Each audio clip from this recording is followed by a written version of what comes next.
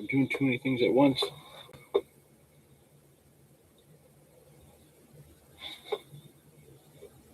Oh man, I look rough today.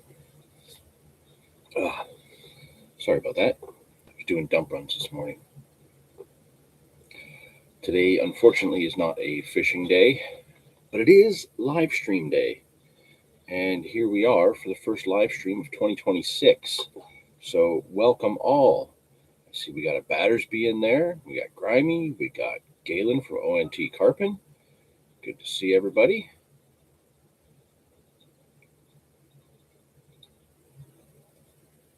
I clicked on something. Nice to see everybody popping in. Hope you're all doing well. Hope you had a great holiday and things are kicking off well for you for the new year. 334 Outdoors is here, so it's officially a party.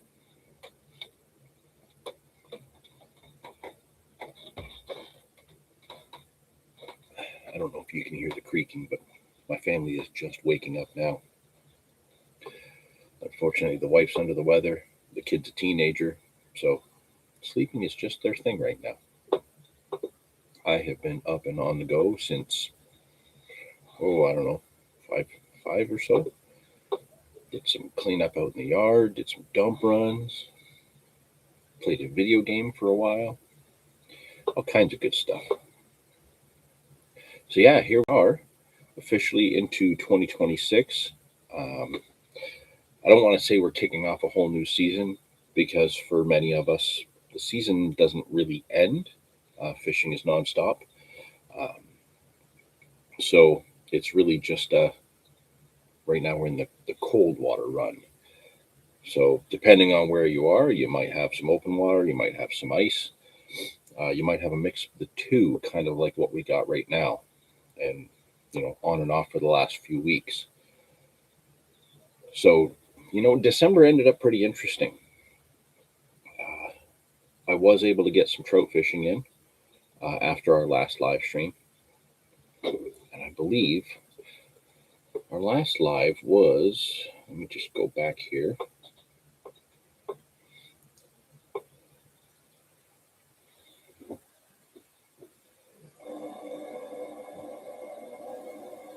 Dave Pendlebury, I want a refund.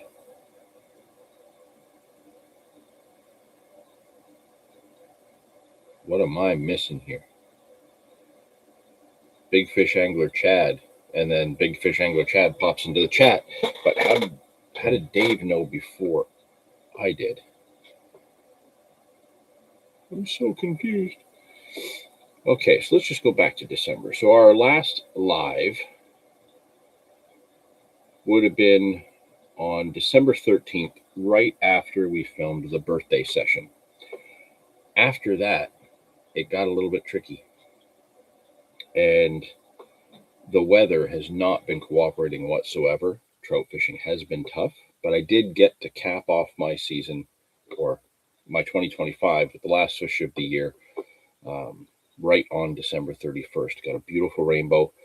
There is a short clip of that coming up soon, probably next week, about a 12-minute video of that fish. Tried something different, went in with some pretty good confidence and made it work, and it was awesome. And then the conditions shut everything down and couldn't keep fishing.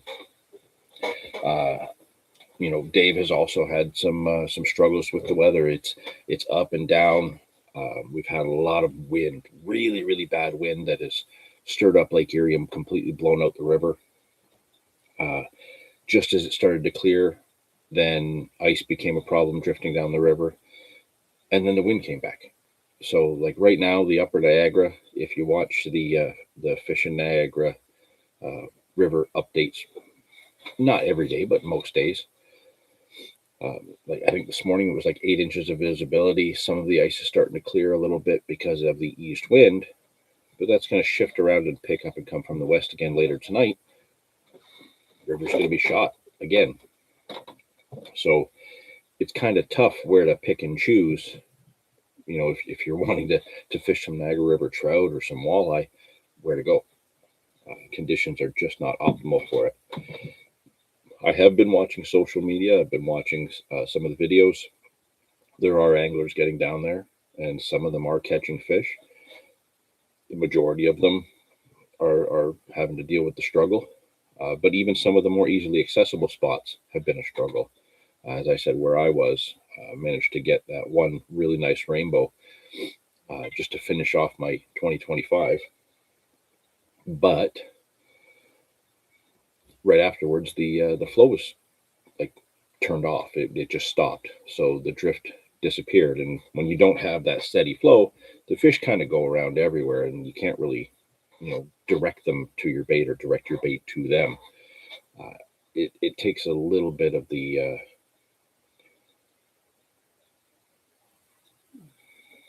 I don't want to say it takes the fun out of it. It just makes it way more work. And when it's like -8 out, you don't really want to put that much work in. But we did have a bit of a cold snap. There wasn't a lot of ice in many places, but there was an isolated bay nearby um, that did get some ice on it. Some places where you could travel like an hour from here and get on the ice. So there were some options if we were willing to drive to them. And I did get on the ice a little bit, 2 days in a row to start off my 2026, and unbelievable, absolutely unbelievable sessions. I think between the 2 days, I had just shy of 350 fish, mostly bluegills, but some crappie, some perch, some pumpkin seeds mixed in, all through the ice in about 5 feet of water. It was spectacular. So there is going to be some short videos, 10, 12, 20-minute videos coming out of those 2 sessions that I shot. One trying some of the tackle that I bought from that London tackle show that I went to and talked to you guys about in the last live stream. One of them about using electronics. I had the deeper sonar out and set it to its ice fishing setting, and that became a really, really useful tool. Sometimes I forget just how versatile this thing actually is, and that session really reminded me of how handy it is to have that in the bag. So I did a couple of short videos while I was doing that. So yeah, even though I only got out technically I guess 3 times since our last live stream, I did make the most of it and get some clips done. Right now, we just had a warm spell. I think when I left work yesterday, it was 12 degrees out. So that's 12 degrees Celsius. And this morning, it was 2 degrees. And I think within the next 2 or 3 days, it's going to be back down to -8 degrees Celsius. So a lot of the ice that we had here and like within a half hour, 45-minute drive has really shrunk down and gotten kind of to that dangerous level. When I was on it, we had like 5 or 6 inches of ice. Now I'd say there's probably 2 or 3 inches, and it's probably pretty sketchy. But by next weekend, if the cold temperatures come in the way they're expecting, we could be back up to 4 or 5 inches of good solid ice. The rain that's coming covers up what little ice is there. Flash freezes in a night or two. Then you get a lot of really good ice forming really quickly. How's the ice fishing? 77 degrees here. Ice fishing, yeah. For the 2 sessions I got out, it was absolutely killer. I did fish with Justin, our friend Scotty, and a few others that they know. And pretty much Justin on the first session kind of stopped fishing after a while because he caught his limit. So he just kind of hung out. I was putting everything back, so I just kept going. And you couldn't keep 2 lines in the water. Just one hook on one rod. I tried jigging spoon, which is not in here. It's still in the van. So it was a little jigging spoon. I believe I got from Kender's Outdoors. I'm pretty sure that's where I got that batch from. That would have been in a would have shown you that in a live stream probably a year or two ago. Then I was also using the pug bug, little tungsten jig called the pug bug. That tipped with a waxworm, and alternating between those two, it was just nonstop. And like some of the bluegill we were getting were up 8.5, 9 inches. So really good quality bluegill. We had a couple crappie go up 10, 11 inches. Some of the perch were 9, 10 inches. And I did see one guy got a pike that was just out past from us. And I did hear that one guy had caught a bass through the ice, which was cool. So, there was a little bit of a variety going around, which made it a little bit more exciting. 26 here. Oh my God. 26 Fahrenheit? 26 Celsius. What's 77 degrees.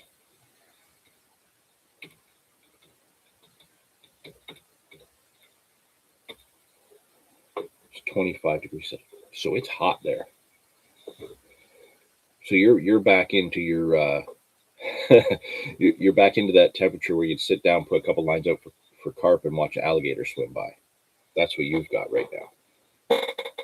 I'll never forget that picture. That was an amazing picture. So yeah, hopefully, I would love to get on the ice some more. The Grand River was very touch and go. Some guys did get out, on very short windows, on thin ice. It wasn't, from what I heard, it never really got that thick, not consistently. But there was a few spots where people did get out on like 4 inches. And I did hear that there were quite a few walleye caught. And that's really what I want to get into this year. Having kind of blown my chance last year, definitely want to get on the Grand. So really watching the temperatures and watching the weather to make sure once that freezes up and it's safe for me to feel like my gigantic ass is going to be, walking on that ice without crashing through. I'll haul the sled out and I'm going to get on the walleye water. That's definitely in the plan. In the meantime, while I'm waiting for that, we need more of the east winds, or just no wind, to stop Lake Erie from turning into a chocolate milkshake. We need the river to clear up. There's so many spots that we could be absolutely crushing the rainbows, the lake trout, and even the straggler browns that are still in the river. These fish just aren't getting the pressure because nobody can get at them. There's either ice blocking the way or the water's so colored they're just hunkered into little spots and they're not seeing the pressure go by. So it would be really, really nice if it would just clear up a little bit, 1.5 feet, 2 feet of visibility, nice windows in the ice where we can get some good drifts, and really, really put to it and just have a couple of really slay 'em up trout days. It'd be really nice to have that again. We do still have some trout videos in the bank from end of November and early December. We got content. We're kind of, Dave and I had talked about it, and we're kind of at a point where we can kind of go weekly for a little while. So that's why you're going to see more uploads. You already have through December. That's going to continue through January and February. We're going to keep the faster pace of uploads going just because we were able to shoot so much leading into it.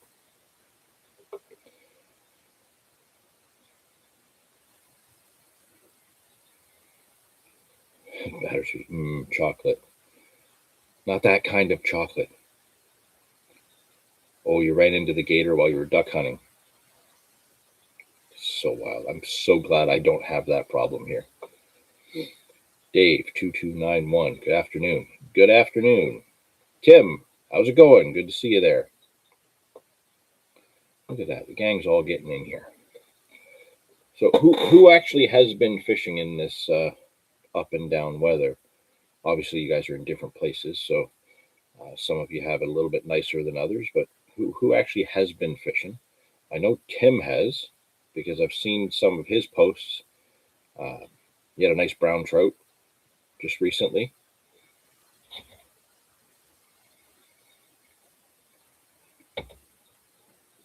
I know Dave Newman's been out and getting taught a lesson by one of the locals up there.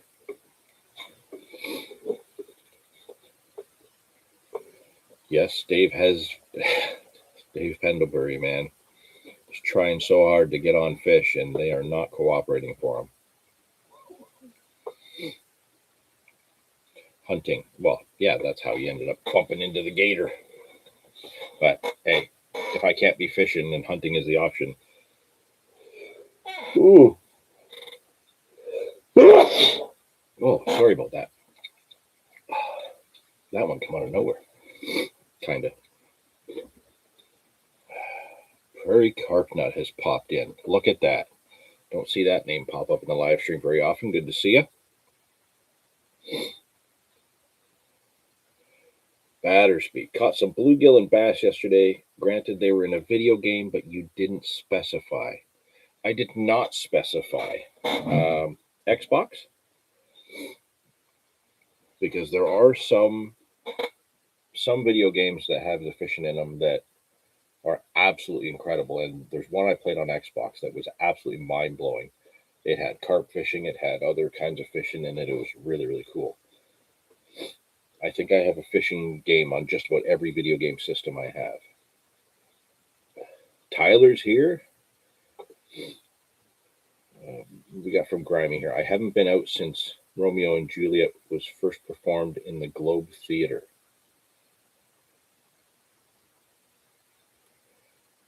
Grimy, you have been out since then. That was a long time ago. But I get it. It can feel like that sometimes, for sure. Oh, Tim has been out. 7 rainbows and 2 crappies so far. 7 rainbows. That is a killer day.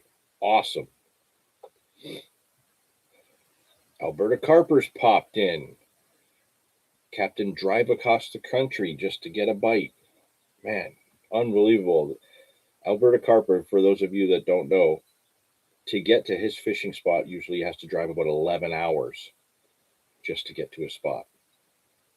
I don't think there's anybody else in here that does that. And he does it a couple times a year. PC Russian Fishing 4 is the best. Write that down. Russian Fishing 4.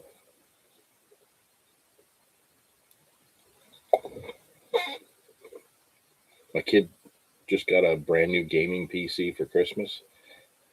So if there's games that I can play on that thing, I'm going to get them. That way, when if I have a day off when he's at school and I can't be out fishing, I'll take over his computer, play some fishing games. Oh man, it's great to see so many names pop up in the chat there. It's great to see all of you. Now, you guys out in the prairies there, Prairie Carp Nut, Alberta Carper, have you guys been on the ice at all? Because we know you got some killer walleye and pike fishing to be had out there where you guys are. Have you gone to try any of that?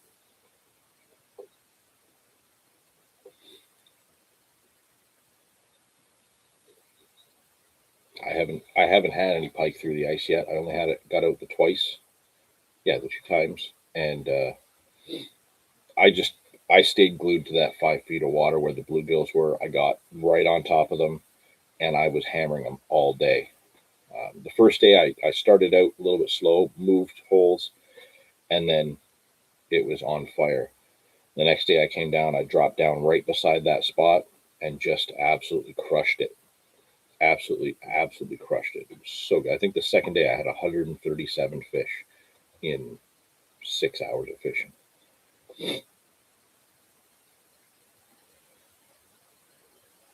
It's free on Steam. Ooh, we have Steam up there. We have Steam on that system. Okay. I'll download that this afternoon.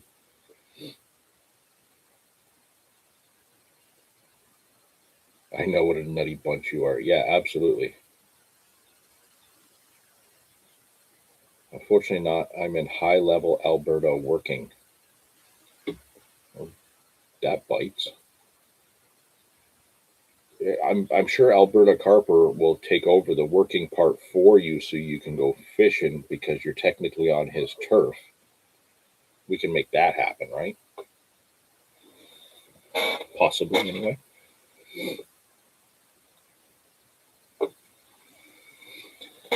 Yeah, it's a little bit of an unusual, it's not our typical flow for a live stream like we normally do. Typically, I have some new gear to show you guys. I kind of have a written out plan to go over. Um, didn't do that for this one. It's one of those ones where I kind of sat around thinking, it's the first live stream of the new year. And I've kind of been sitting back trying to think of what my goals for 2026 will be in my fishing. What are my targets? What do I want to achieve? What do I want to chase? And I've really been putting a lot of thought to this, and I really hope many of you are as well. I think it is important to take some of that time, December, January. Well, usually while we're off for the holidays, and really give it some genuine thought about kind of having that pursuit, that target, that objective. And I've kind of always gone that way with my fishing, whether it be I want to learn a new style of fishing, I want to chase a new species, I want to get a certain size fish. 50-pound mirror would be absolutely crazy. And, don't get me wrong, it's on the list. I'd love to get into that. Tell Dave you and him are coming out trolling this year. Well, I will. If we take Dave out, though, he might outfish us. It's the only downside. Um, when Dave fishes as a team, he tends to have a little bit better luck um, than when he's solo in this kind of weather. We can definitely drag him out, though. John, you need to get your first underwater take on film. Well, if you go way back into the older videos, I get a lot of underwater takes from perch on camera, like on that old fish TV that Big Fish Angler Chad and I used to use. So technically, I've had to take on camera. Carp wise, yes, that is kind of important. My only goal is to get a fish on your rig and get this zig film done. Well, get the zig film done because we just don't have really enough information on that here in Canada. It was great to see that Toronto James was able to get one on a zig this past year. And I think I heard somebody else had one or two on a zig. What was it, last year, the year before? I was using really short zigs and I had a couple of fish. But to see some of that on camera and see a little bit more detail about the behavior of wild fish when it comes to zigs would be really, really nice. You'll get a point to get a fish on my rig. You just have to stop going when it's hurricane winds or wheels around. That's all.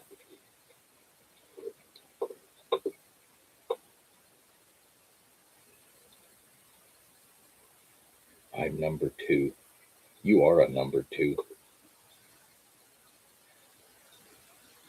Anthony is in the refrigerator of Alberta, 11 hours north of me. Jesus, that's way too far.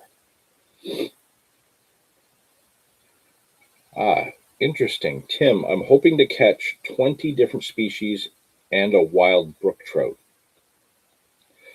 That is a cool goal. 20 different species. For us where we are, that would be easy. You can literally do that in the one river.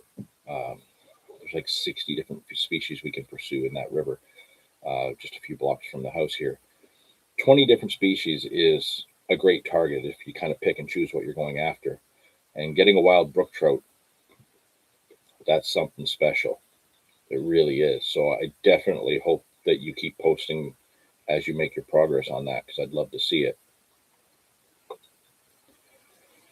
Zigs have saved me a blank few times this past year. Okay, so you've been using the zigs out there too, but you've got the experience using zigs from back home, so you know a little bit more about them. We just don't have people really putting the work in with them here that we've been able to actually see. That would make a great article on the CCS site, that's for sure. Read the comment before.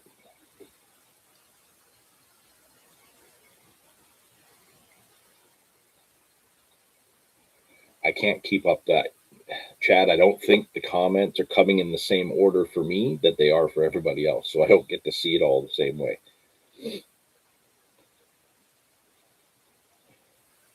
Catch a basket full of suckers. That would be cool. Yes. Actually, you should have a sucker run kind of happening soon, shouldn't you? Where you are? Speaking of suckers, it was very interesting. Justin, who's kind of the head of the match club that I fish with, he's been trying to get me to go down to the lower river when all these horrible conditions are present in the river. The stained water, um, you know, less activity. This guy went down there the other day with the ice drifting around, like inches of visibility, like a couple inches of visibility, with a whip. So, one of those long carbon poles like we use in the matches, the elastic on the end.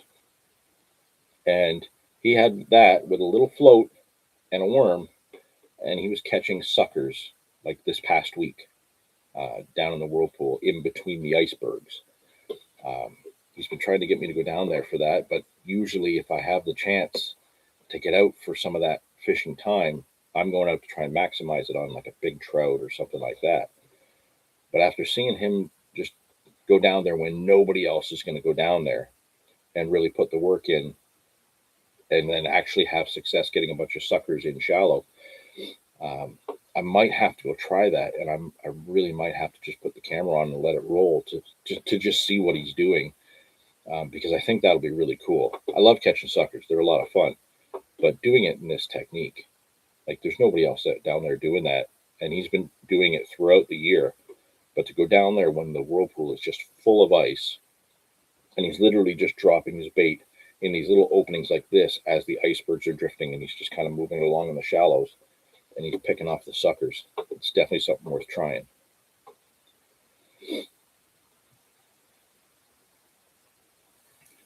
You suck. Tell Dave you and him are invited for a salmon troll this year. Well, he's in there, so he can see that. So thanks. Yes, we will join you for a salmon troll, and maybe we could try like vertical jigging, because I would love to like jig up some lake trout, even though you hate catching lake trout.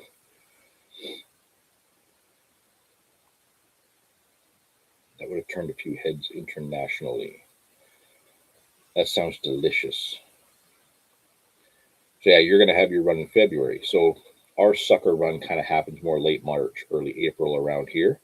But trying to get on a spot where it's kind of like safe to get to, because usually we have really high water and a lot of like the creek channels and smaller places where we could go for them. Um, Trying to get on the suckers in the spring is a little bit trickier here. Oh, Dave Newman did decide to pop in. We mentioned him 25 minutes ago. Are you fishing right now, Dave? Because if not, something ain't right. Working.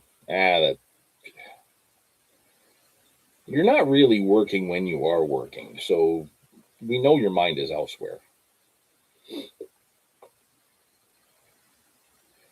Well, that's good. It's nice to see some of those objectives, come up on there. I like that. If you guys have other goals, definitely keep posting them. I'd like to see them.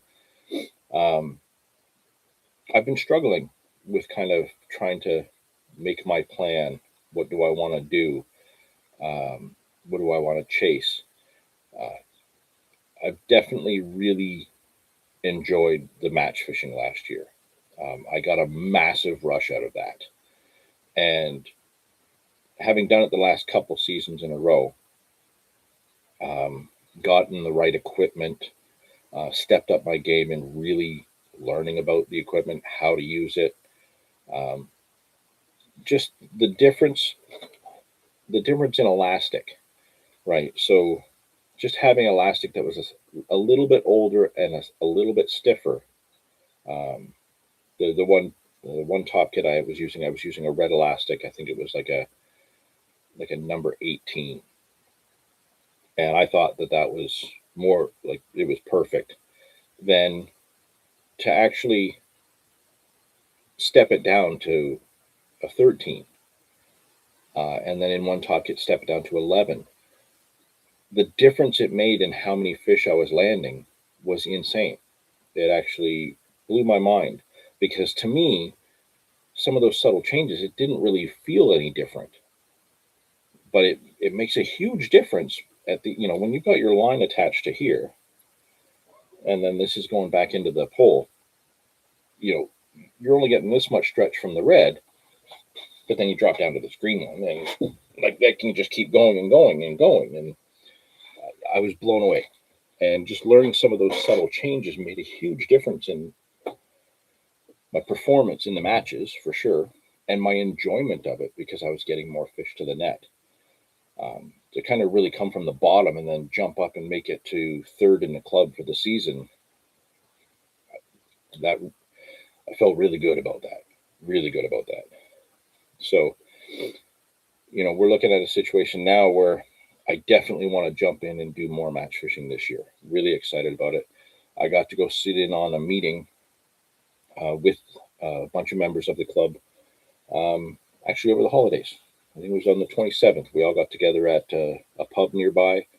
We all had lunch and discussed the rules, venues, the game plan overall, the point system, what we liked about the season, what we didn't like, what changes some of us wanted to suggest, the things we wanted to keep.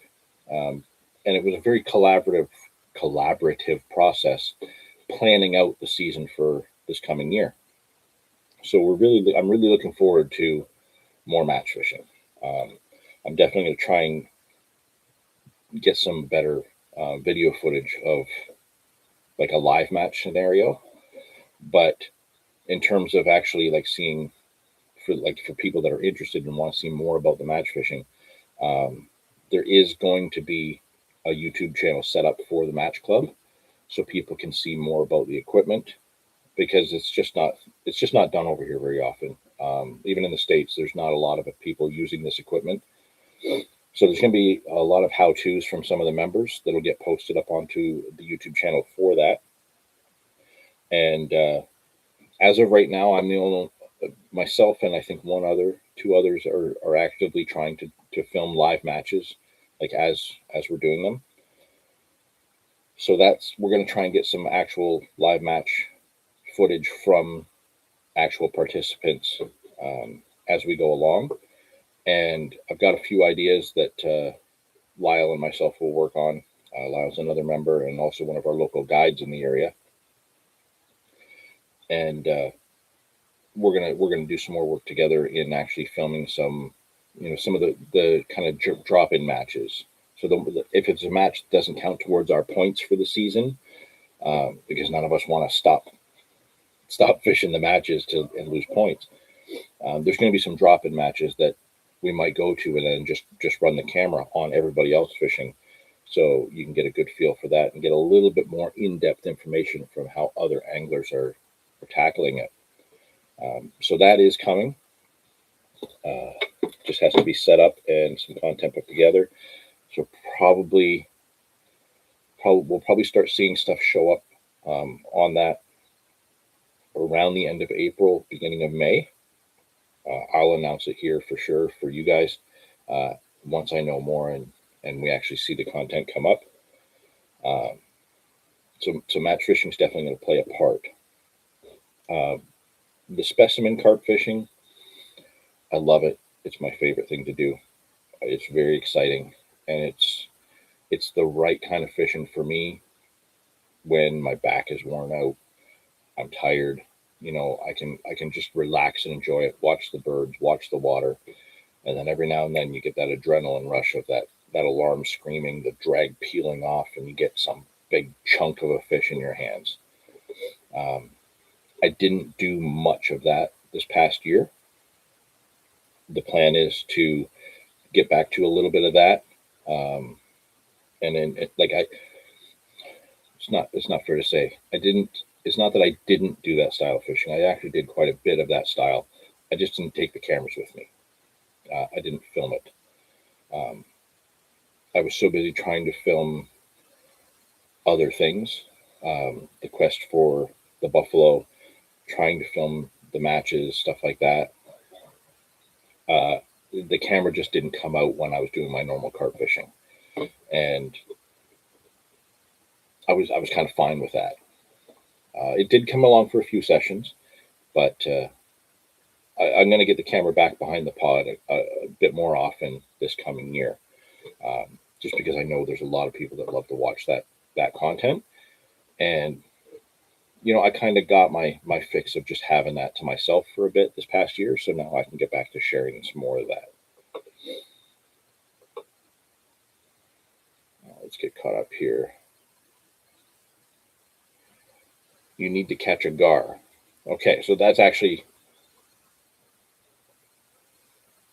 what I was going to get to. So this past season, the several months that I spent working on the videos where I'm chasing that buffalo,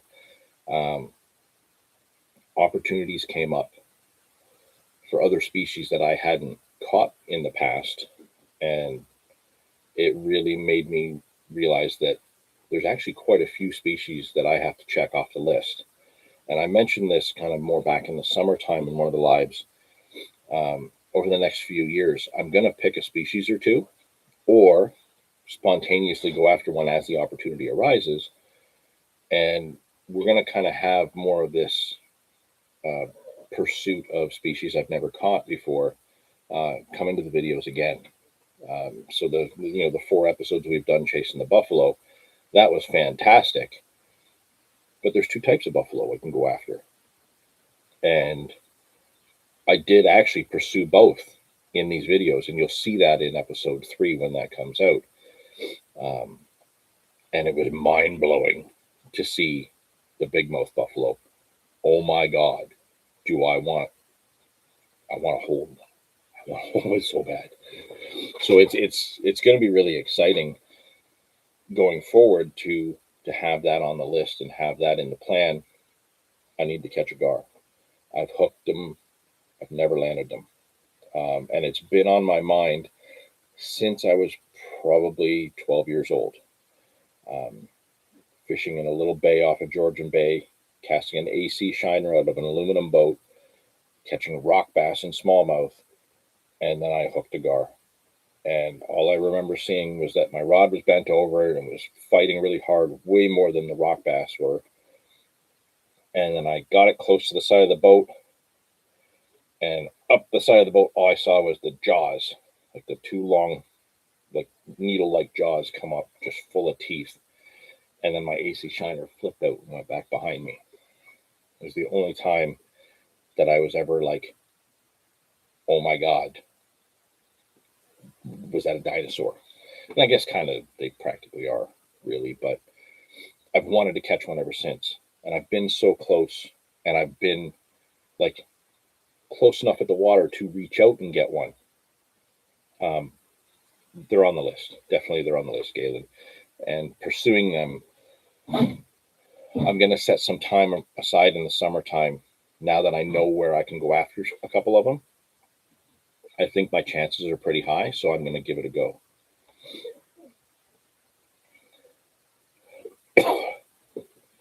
I have chased so many leads here in Alberta from people believing they're carp only to turn out to be golden suckers. Yeah, that's tough. You may find them one day. You never know. But yeah, I know it doesn't look good. Now you're talking. Love the carp high. Work just called to offer me overtime for tonight, but I've already been doing 12-hour days. I need to get my tackle organized and start cleaning my reels. Good man. There's a good spot in the Welland for buffalo. There's a lot of spots in Welland for buffalo. Um, what I came to find out was how many other spots in Niagara, even close to home, there are for buffalo. Blew my mind. Absolutely blew my mind. We actually have them in many more places than I originally thought. But that's why part one and part two of that video series take place on the Welland River in Welland. Um, so part two will be coming down the line soon. I just want to get some of the trout content and a little bit of the ice fishing stuff up first, just because, like I said in the previous live stream, that's what's current right now in our area. But yeah, we've got 3 more episodes of my pursuit of the buffalo coming, and it just gets better and better. The Grand River is full of gar. Yeah, it's actually full of a few species that are on my list. But knowing that I can drive 5 minutes up the road and hike down to the gorge and get gar in the gorge, I think that's probably where my initial pursuit of them is going to be, just because it is closer. But I do want to. I've been in talks with a friend about getting on the Grand next year, kind of in some of the upper sections, to pursue a few different species, just to help them in their angling as they're kind of learning to go after different species, but also to kind of help tick a few things off my list. So we should see the Grand appearance videos next year. 48-inch gar in the early 2000s. That's awesome.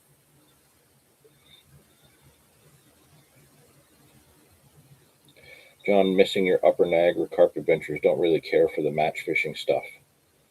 Yeah, not everybody does, and that's, like I said, that's why I said I'm gonna kind of get back to some of that more specimen carp stuff in the videos as well. Last year was just I needed that break from filming it. When it comes to that style of fishing, when I started off doing that, there really wasn't anybody else doing it. A couple of channels that were posting very irregularly, but they weren't telling you how to do anything. It was just kind of the cameras rolling and they were there. There was no real interaction with the audience. It was just they were doing it. You didn't know anything about the gear, and it was tough to watch, tough to follow. I tried to make it a little bit more entertaining, and it got a great response. So much response, however, that tons and tons of other people, in our area within, say, a 2-hour drive of here, started doing the same thing. And it seemed to me for quite a while that the specimen carp fishing content for Southern Ontario just got saturated, very, very saturated. And then, when we have something as awesome as the Canadian Carp Society, where we're constantly getting new feed of photos and little video clips and stuff like that in there. I kind of got bored with it, and that's a big part of why I was pursuing things with the match style stuff, because I needed some more excitement in that. But I kept doing that style of fishing at different opportunities. I just didn't film it. I wanted to have fun doing it again, and I did, and it was nice. So yeah, there's going to be some more specimen carp style fishing. I might change things up a bit. Obviously, there's going to be upper river stuff because it's so good. It's so unbelievably good. 2 seasons ago, I did tackle some lower river spots, and it was tough. It was a challenge. One session in particular, I think I hooked 5 carp, and I landed the smallest out of them all, and it was like a 12-pounder, and that beat the crap out of me. Really, really difficult fishing, but I was getting a lot of hookups. It was just hard to land them. They could get into the current. They could go deep. There was mussel beds that I didn't anticipate. So I do want to go do an overnight session in that particular spot. There was footage of it. I accidentally deleted the footage that had the fish in it, but I saved the footage that had everything else, I think including one or two runs. But the footage of the actual like fights and the fish that I did get in the net, um, I accidentally recorded over that because I'm an idiot. So there is going to be some lower river spots. They're going to come into play in the videos coming up in the new season. Oh, optical illusion there. It looked like there was like a break in the thing, and it's one of my little fish awards. Sorry, shiny object distracting the squirrel. So yeah, the carp content, specimen carp content's coming back more than it did last year for sure. Um, but it's not just going to be the upper. There's going to be a few other places. The lower river is where I want to tackle a bit of a challenge. Like I said, I want to do an overnighter down in that one particular spot. Um, the tricky part is I can't barrow gear in, and it's gonna be nearly impossible to just like I can't carry a bed chair in there. I can't. There's probably not enough bank space for a bivy, so I have to get some specialty equipment to do that session. I can get the pod in there, I can get the rods in there, I can get the tackle in there, no problem. Um, my little fold up one Tigers chairs, definitely. I think this is going to be a bit of a mission where I need to uh, like hammock and tarp it, because if the water comes up while I'm in there, you don't want to have anything on the ground. So all it takes is the wind to change at 2 o'clock in the morning, and the water level can come up 2-3 feet. You just never know. So I do have to be careful, but um, if I can get my hands on a nice hammock and a tarp setup, I think that's probably what's going to happen, and we'll do a session that way.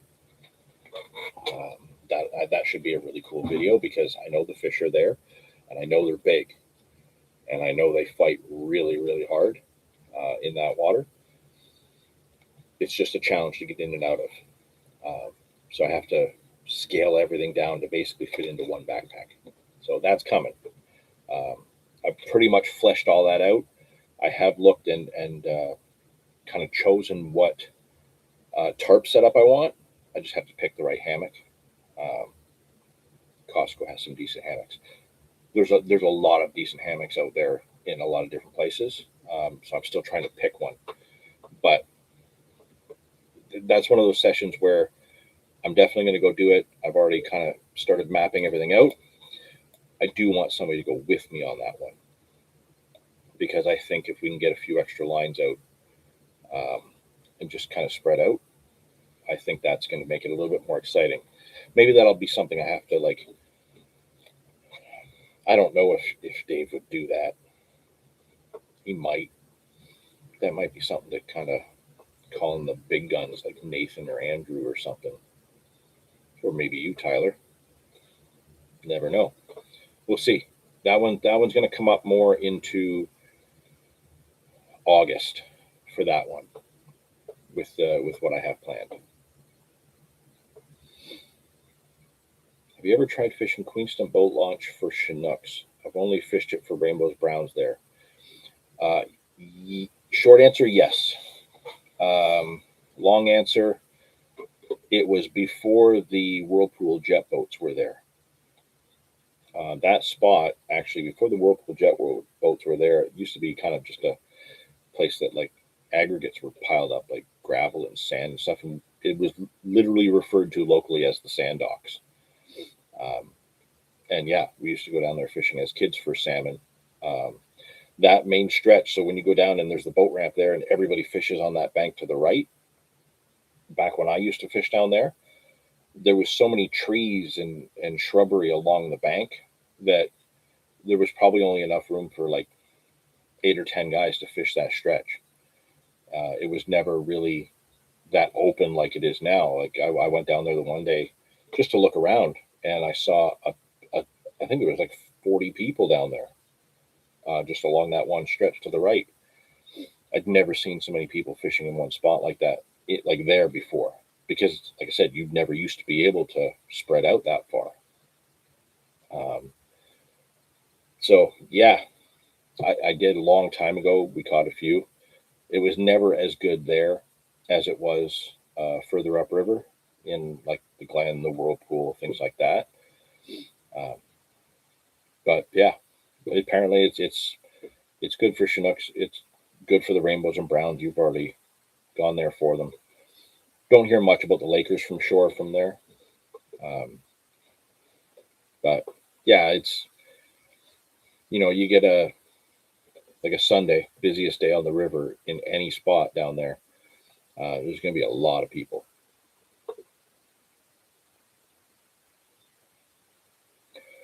Can you catch muskie from shore on Niagara? Is it mainly boat opportunities? You have way too many options for species to catch in your area. Yes, you can. Um, I think in my whole life, I've only ever caught one muskie from a boat. I've caught them all from shore, especially the ones locally. Um, the guys in the boats can cover way more water because they can zigzag across the shallow parts of the river. So technically, the boat gets you more opportunities. Um, but yeah, it's not uncommon to be sitting there with lines out for carp, have a boat drift by in casting distance, and hook a muskie right in front of you.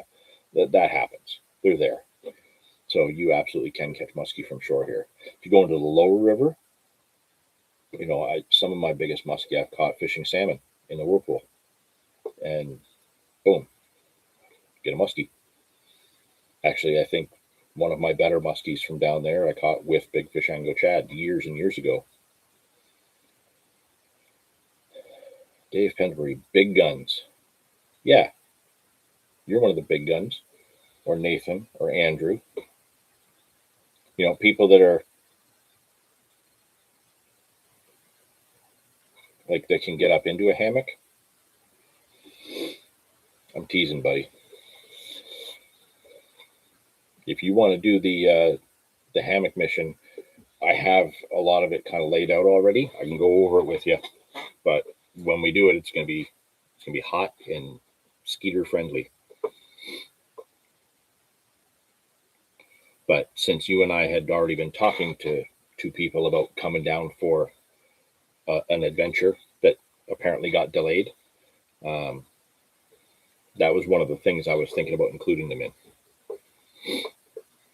I know it's cryptic for you guys, but Dave and I were already talking about it once. He might forget. It's okay. Yeah, I used to fish there in the 90s. I went there a few years ago, full of people. Yeah, it's not the same. Obviously, they're just overall we have more anglers than we ever used to. So yeah, it does get busy, does get full in a lot of spots. But like if you can go there during the less busy times, in any of the spots, you can get into good fish. And I try to go to spots that are going to have less people, just because I like to have a little bit of space to myself. Because usually, if I am filming, it just weirds people out to see somebody talking to themselves the whole time. Then you always have people like, "Oh, you're blowing spots." All these spots were blown before some of these people were born that are making all these complaints. Um, so it's not that. If the spots weren't already blown, there wouldn't be 100 people standing there next to you. But oh well. The fish are still there, and the fish are catchable. And how many times have you gone down to some of these places where it's shoulder to shoulder, and you look all the way around, and one guy is crushing it, and the rest of them are not. That's not a spots blown thing. That's a one guy's doing it right. That's all that is. The internet contributed to the spots being blown. The magazines did before that. The TV shows did as well. Um, you can't blame the internet. It was blown long before that. what it comes down to is less the social media, to be honest with you, and more word of mouth. You get one guy that says, "Oh, hey, yeah, I went and fished the whirlpool yesterday, and I caught 3 trout." Goes back home to Toronto, tells 5 of his buddies, and the next week, all 5 of them are in the same vehicle coming back down to try again. And then subsequent weeks after that, each of those 5 come in their own vehicles to 2 or 3 other friends. So word of mouth probably does more than anything else. You just can't chew somebody out for word of mouth because you can't prove it. But, oh, there's something on the internet.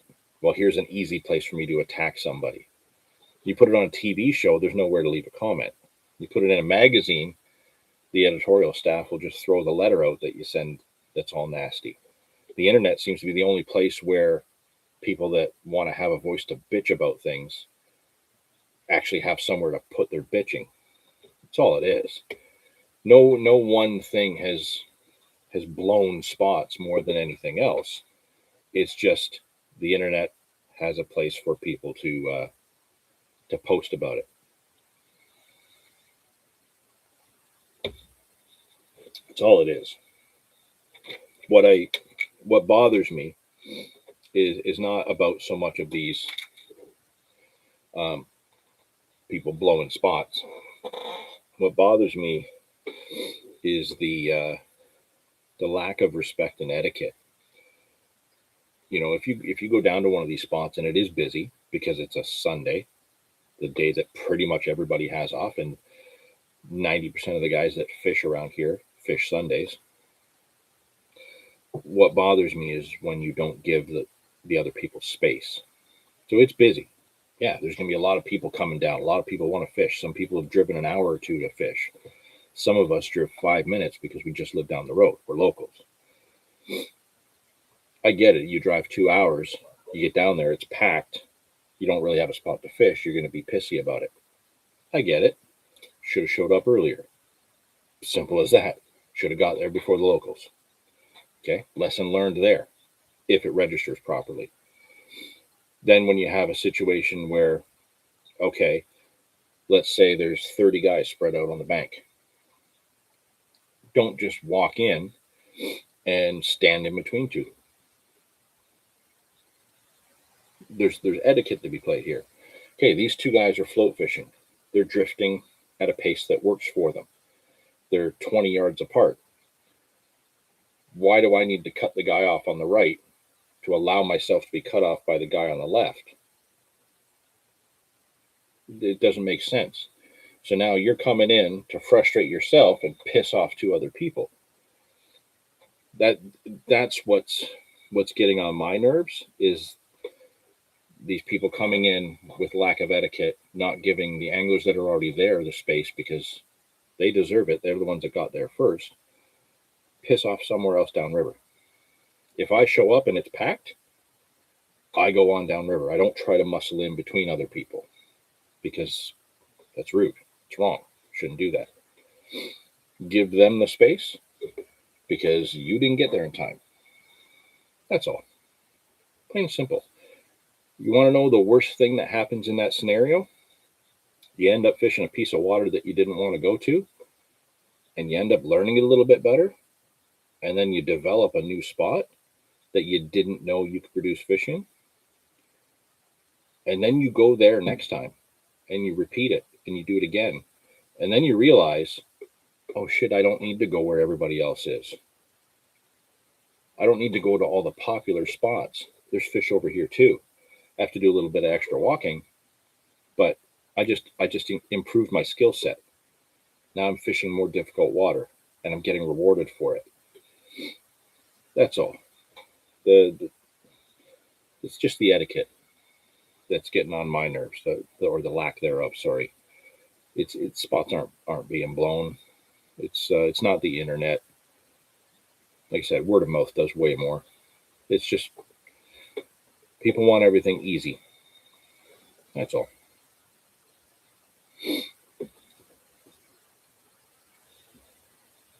The Audi cruise. I don't care what car you're driving. Really don't. If you show etiquette and drive and effort that you're trying to catch fish, respect, right there.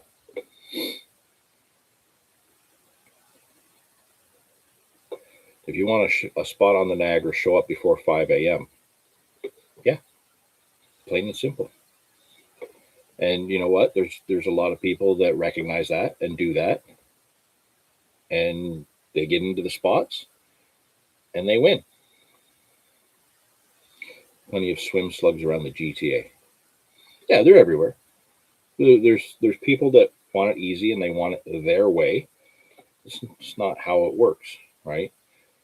It's not uncommon for us to bait spots on the upper river, sometimes for days at a time, only to show up and find somebody sitting on our bait because they saw us putting it in. It happens all the time, and unfortunately, it's something that we can't stop because the people that are doing it don't think they're doing anything wrong. You know, it's all public water, but the etiquette's not there. That's all. If we could get back to a level of etiquette, that would be fantastic, because then you'd have people improving their skills, trying new things, not just going and saying, oh, well, you know, it's low water here, or there's going to be too many people here. I'm going to drive all the way to the Niagara River because it's bigger, and I'll get a spot. And then they come and sit in somebody's lap. It never ceases to blow my mind how many people will drive past 100 good spots just to go to somewhere more popular. I don't get it. You guys should see the stuff that happened at Brawny. I stopped going there even though I loved fishing there. So I fished there in all through the 90s when I was going to college. Brawny was where I really cut my teeth steelheading. Could never really figure it out on the whirlpool. When I went to college up in Oakville and fished Brawny, for some time I was going daily, skipping classes and going every day. Brawny was packed then in the 90s. It was absolutely jam-packed. And if you showed up late, you had the tail of the pool. The only way you got to move up into that pool and have a better position was if the guy to your left, or you actually caught fish, followed the etiquette of, you know, making sure you're not tangling with the other anglers, and they allowed you into that group. You know, they saw you putting in the dedication. You kind of became one of that kind of friendly with the old guard that's there every day, and they kind of helped you along, right? You kind of became an apprentice in their little trade. So I actually learned so much fishing Brawny Creek, and it's not the same river it was. Weather really changed it a lot. It doesn't even flow on the same path that it did back then. A lot of the pools that I fished don't exist anymore. It's all dry ground now. Some of the pools that I used to fish that were like the really popular pools have shallowed up and become nothing, just runs. So it is a very different river, but it was always packed, not to the level that the credit was. The credit in the 90s was insane, and I just never went back. I went and tried that, and I just was like, this I can't do. There literally is nobody being nice enough to give anybody space. That was mind blowing. All that's happened is that's come down here. The big city mentality has just come down here. That's all it is. And it's more or less just because people want to just go where they can get a spot. But if everybody's coming from the same place to the same place at the same time, you're never going to get a spot. Brawny in the late 80s when I was a kid was spectacular. I bet. I think I started fishing there around 94. Yeah, 94, 95 is when I started fishing there. And it was something else. It was really a special place. And I learned a lot there. And it made a big difference in my fishing overall, not just my trout fishing, but my fishing overall. And it's funny. I wonder if that's still there. Let me just grab that.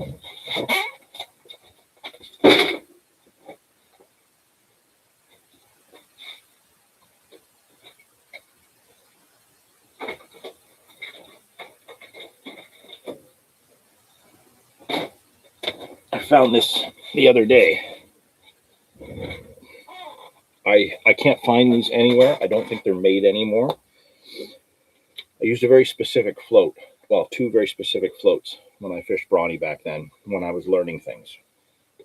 The old Blackbird floats, the black plastic ones that had the stem, and you took the bubble of the float off, slid your line through it, and then through the stem, and kind of put them back together. So I used those floats fishing there. And then as I kind of refined things and started fishing um, lighter line, going down to like a smaller hook and a single egg, I started using these pencil floats by Phil. It's just got a little hole down here for the line. And I had it was a yellow piece of silicone that went over the top to hold your line. It was just a pencil float like this. You can use this as a waggler for carp fishing and stuff like that too, panfish. But this was the float that really helped me scale everything's down. Somebody lost audio? Really? I think it's a you thing. Hopefully nobody else is having the problem.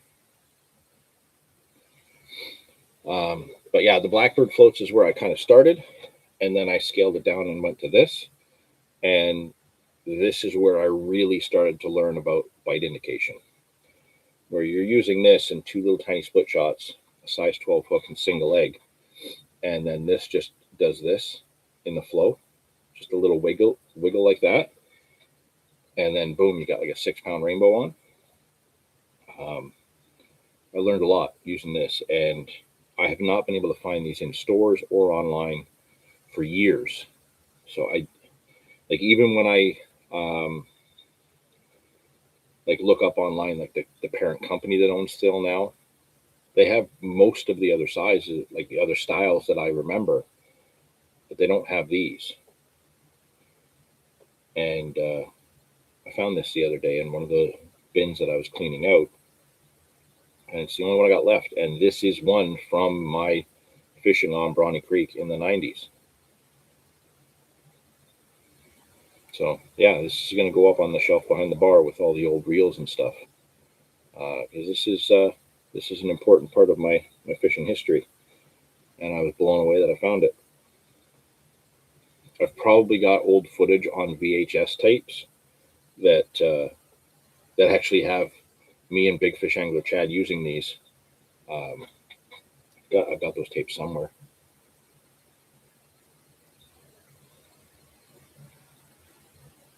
The Phil Rivermaster. I remember hearing about that one. Yeah, I used quite a few of the Phil floats that I could get my hands on locally. They weren't available very often. Looks like the old peacock quill floats. Yeah, this is balsa wood, but I did also fishing Owen Sound. I got exposed to porcupine quill floats that were very similar, things like that, and it was special. And I've just recently started fishing wagglers with the match fishing stuff, and it kind of brings me back to fishing like this, and I'm enjoying it. But yeah, this is a special one, so I got to keep that one. That thing is 30 years old. My phone died, and I'm just catching up on 1.5 speed. I just got to the swim slugs talk. Love that. Going to use it. Yeah. Yeah. You know what? We've all got opinions on spots getting busy, spots showing up in people's videos or people's photos. Uh,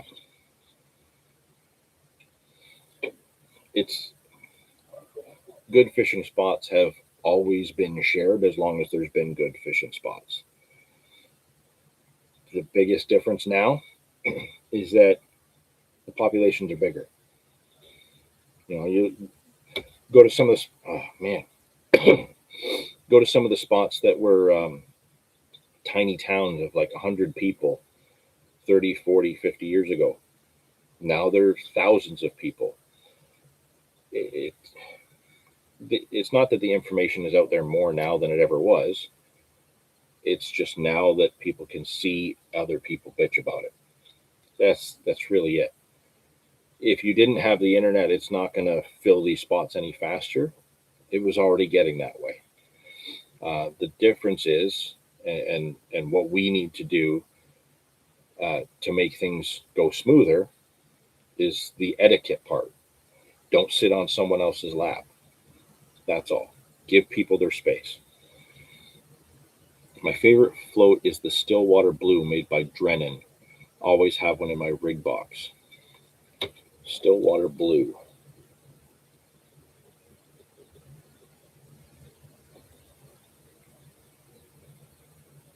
I'll look that up. I have some Drennan floats that I use for steelhead. Then I have these ones as well. I bought these for match fishing with the pole in some of the larger water, but I could very much use these the same way as that pencil float. These are, where are these from? Oh, these are Preston's. These are Preston Innovations floats. So yeah, I'm going to be trying those for maybe some crappie or something. Bronny was always packed. Yeah, always was. As soon as the salmon start moving in, they're packed. And you know what? One of the big things about a place like Bronny, I don't know if so. The stretch from Lakeshore Road to Rebecca Street, and like when I fished there was no bridge over at Rebecca Street.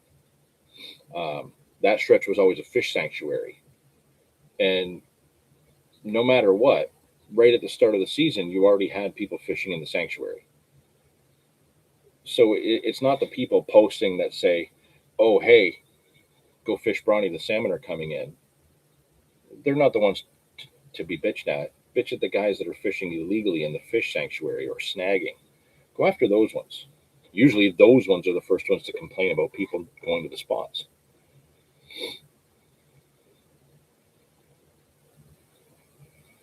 In Welland, the fishing spots are filled with crackheads and homeless people. You're not wrong. Unfortunately, homeless encampments and people with drug problems are definitely taking over a lot of places. Welland, unfortunately, has a lot of them. And the biggest problem with that is that there's so many good spots right in town.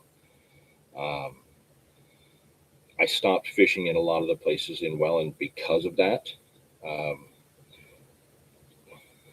I hate having to look over my shoulder because you don't know who's coming up behind you in some of these spots. And desperation will make people do crazy things. I don't want to put myself at risk. Got too much to worry about. It is unfortunate that's happening in good fishing spots in urban areas everywhere, right? It's one of those things that is just getting worse and worse and worse, that obviously the government has to do something about, but they haven't, or they haven't done enough yet, in honesty. Places like Welland, there is some amazing urban fishing opportunities that just currently aren't safe. I completely agree with you there. If you could get 4 or 5 guys together for a session, that might be a little bit better and it might keep some people at bay. But you still got to look over your shoulder, and that's unfortunate. But that's happening in urban centers everywhere. It's not just there. It's just Welland has a lot of really good spots right in town, so you see it a lot more. It's very, very visible there.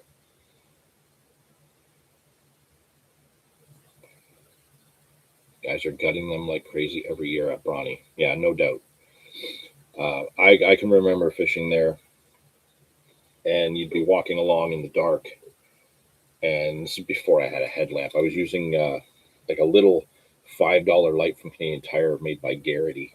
It had the built-in battery. You just used it till it was no good, and then chucked it. So you couldn't always. Sometimes you had to look ahead of you instead of right at your feet. And like I can remember walking up on spots where I would like step into a salmon, and then you look around, and it's like somebody has thrown 4 or 5 big salmon just up on the bank. They didn't take eggs or anything. They just caught them and threw them up on the shore, like just waste. Um, that was always going on there. You know, that used to go on a lot on the Niagara. Um, Certainly, the places I fish on the Niagara, you don't see that anymore. Um, we used When I was young, we saw a lot of carcasses just left laying around. I don't see that anymore. So that's improved around here anyway. But I don't see that ever changing on Bronny. There's never really been any enforcement on it. Um, when I was young, you could see the game wardens and the conservation officers come down from time to time. They got old, stopped making the walk. Um, I remember being on the Credit River with ridiculous numbers of people there. Game wardens were all over it there. Easy pickings. They could walk up on anywhere you were on that river. So a lot of places like that, you just didn't see it. But Bronny, I don't think I ever saw a conservation officer on Bronny. And that's a shame, because that was a place that could really have benefited from their presence for sure.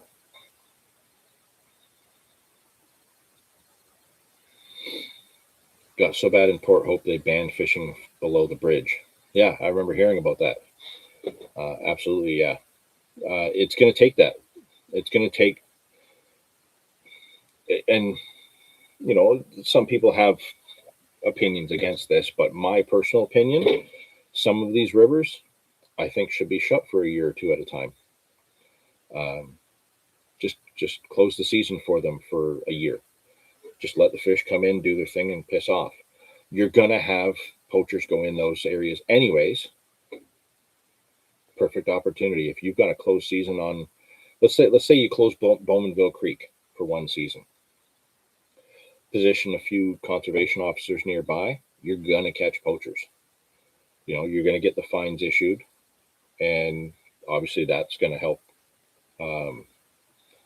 conservation officers if they got fines being paid. That's going to help them be able to afford to keep more officers out. But it's going to give more fish the opportunity to survive and spawn and continue on. If we leave all of these tributaries open all the time, we're going to constantly have people that break the rules slipping through the cracks. So I think I'm not opposed to rolling closures of tributaries for a season here, a season there. The Niagara is unique because it's open all year for trout and stuff like that. It's a big river. There's a lot of fish in it, and it's got limited bank space. There's not actually enough bank space to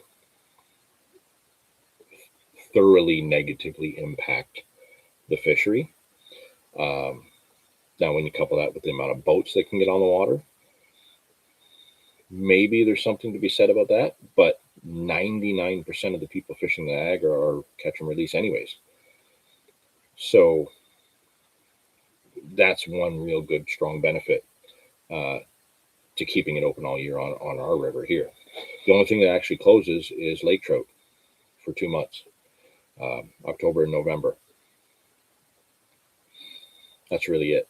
But with these tributaries that are more directly affected by the foot traffic trampling the bank, changing how the bank structure is, stuff like that, the poaching, all that. close Brawny 1 year, close the Credit 1 year, close the Ganaraska 1 year. Just have them alternate like that. Bowmanville 1 year. You could do that, and that would help. Not enough COs for the amount of water, hoping it becomes more of a provincial priority in the future. Comes down to money. Yeah, absolutely. I'm not saying I want to see them issue more fines to be able to make the money they need to cover the costs, but there's certainly enough fines being earned that it could help. We just have to put people on those spots, right? Yeah, absolutely. Only a handful of COs for a vast distance. I get that. The problem is where you see some of these COs. I run into them in places where there's only like 2 or 3 of us that ever turn up and fish there. And that's it. Like out of the way spots, and they just show up. Like somebody called them on us or something like that, and we show them our licenses, go through things, have a chat, maybe have a cup of tea, then they're on their way. And then I go to other places that are super popular where you could literally just sit there and watch people breaking rules, and they're nowhere to be found. And you call them up and like, oh, it's going to be like 3 hours before one can get there. So if you would have been there instead of the other spot, you could have actually, tackled part of the problem. So yeah, I get that there's not many of them for a lot of space, but at the same time, and I've actually said this to some of them directly, like I got no problem putting my face in front of one of theirs. You need to be where the people breaking the rules are. You can ask any angler on the water where those spots are. They're going to point them out, but you got to be there. That's all. I agree. I definitely think there should be more.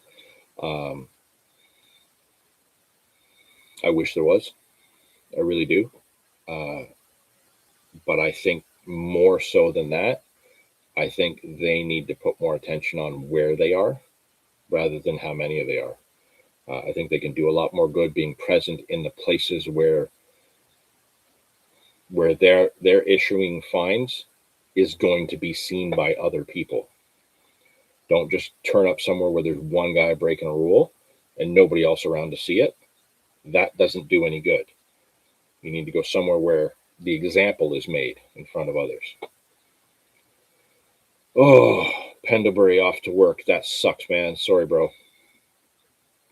I hope you have an amazing thing happen to you that is like mind blowing and awesome while you're there. Like maybe somebody gives you a huge tip, or the gorgeous girl that works behind the bar just throws herself at you. Whatever it's got to be. I hope you have a great day.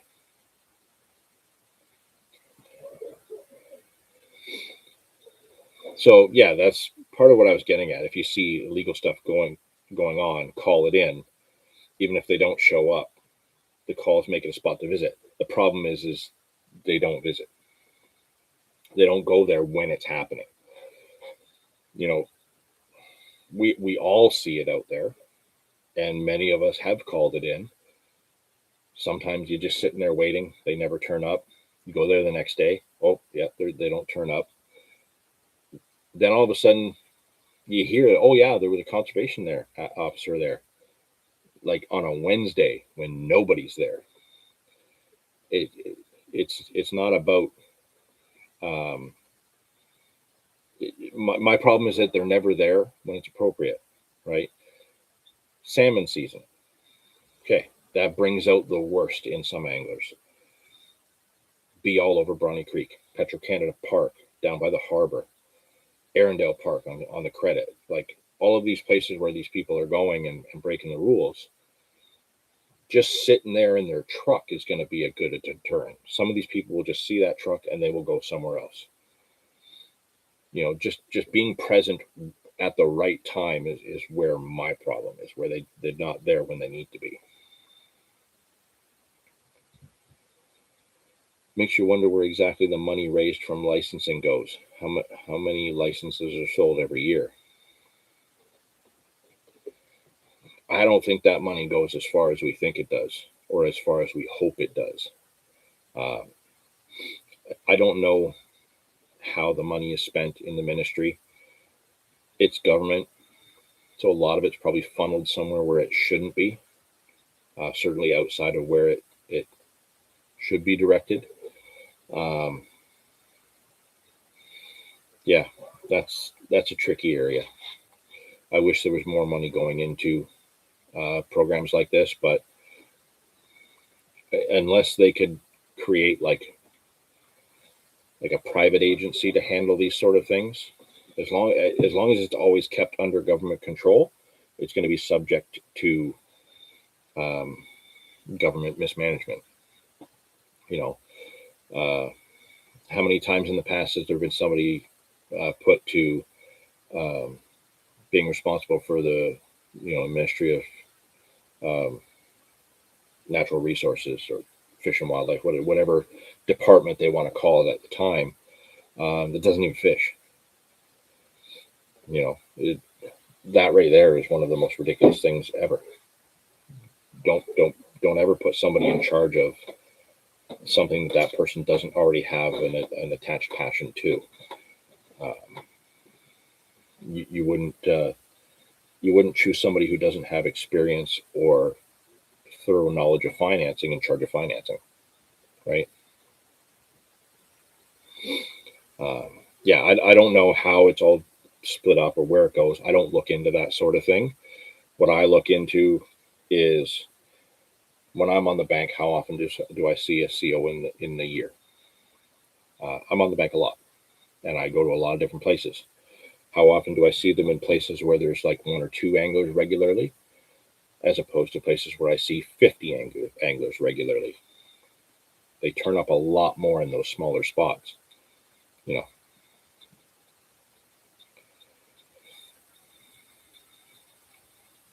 all goes back into fishing and hunting, well documented on the MNR site.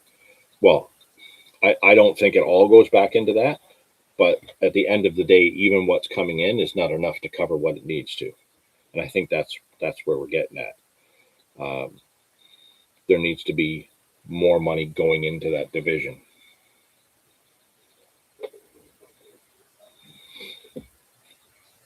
Well, we've been going for a while here, about an hour and a half. Got a little bit political there for a while. Uh, it's not the end of the world.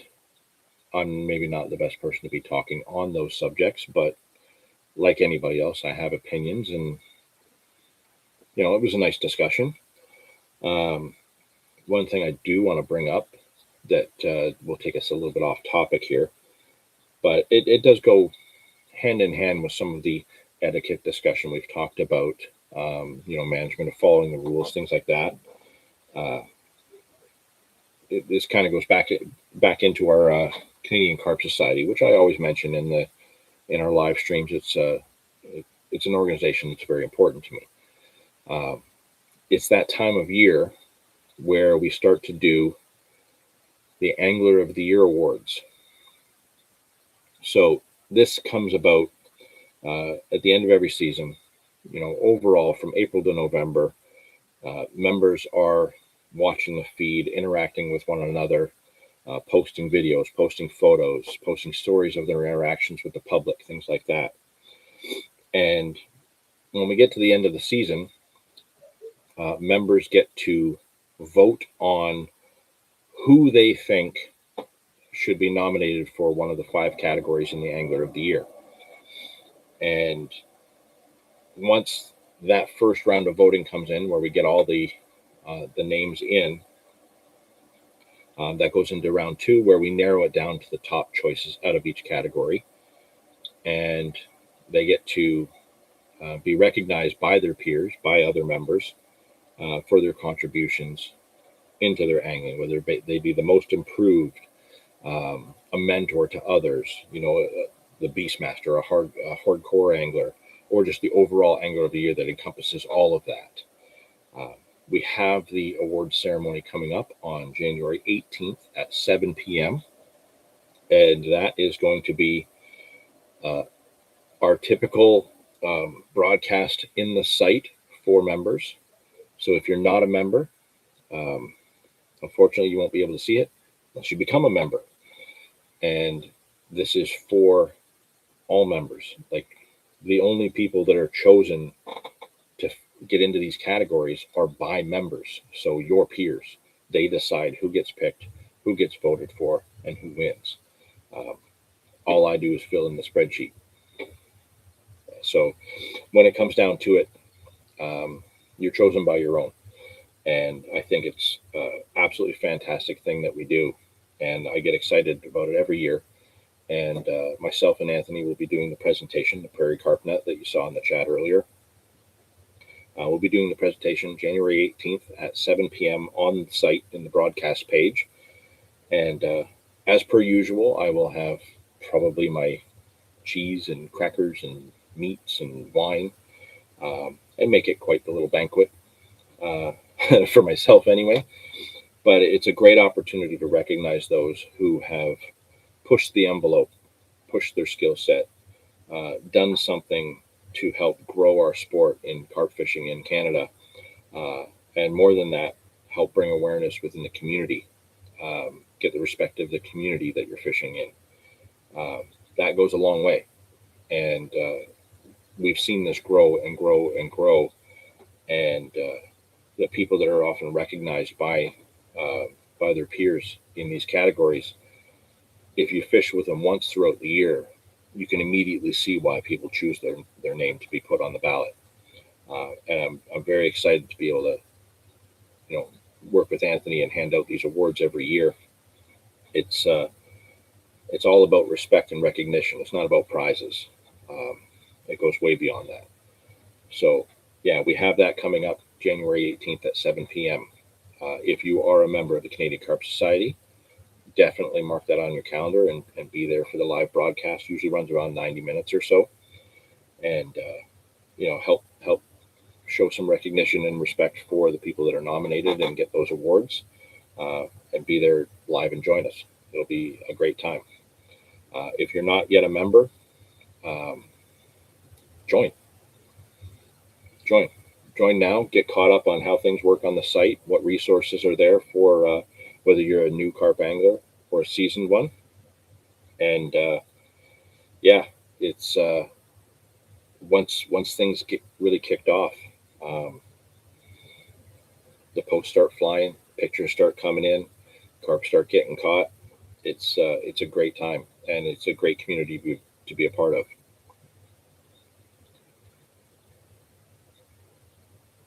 I had to call the game warden about the gator I sent you a pic of. Oh wow!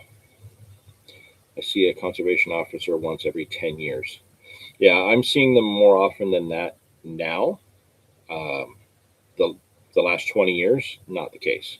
But the last couple years, I've seen them more often. Like I said, I'm just seeing them in really stupid places, not places where they can actually be of use. Common out on Lake Erie during the summer.